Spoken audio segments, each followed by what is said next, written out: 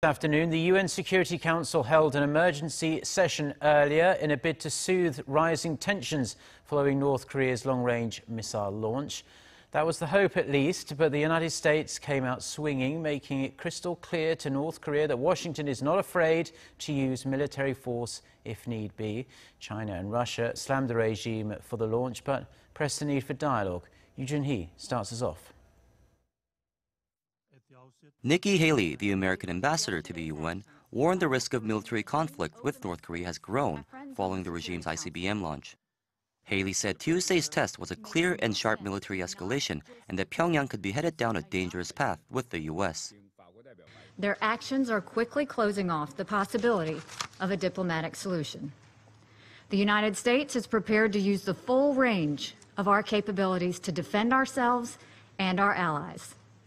One of our capabilities lies with our considerable military forces. We will use them if we must, but we prefer not to have to go in that direction.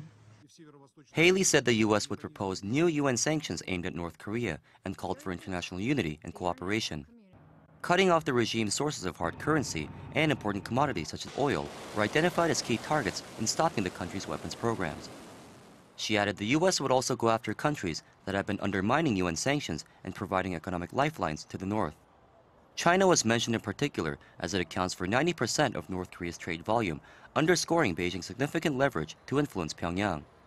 Haley warned the U.S. would curb trade relations with countries that continue to do business with the north. China and Russia, however, have been pushing an alternate solution, asking the U.S. to embrace their so-called double suspension plan. The proposal calls for mutual de-escalation by both sides, where North Korea would freeze its weapons programs, while Washington and Seoul would stop holding joint military drills. Russia, while condemning Pyongyang's missile launch, said it opposed the adoption of further sanctions or any use of military force. Joonhee, Arirang News.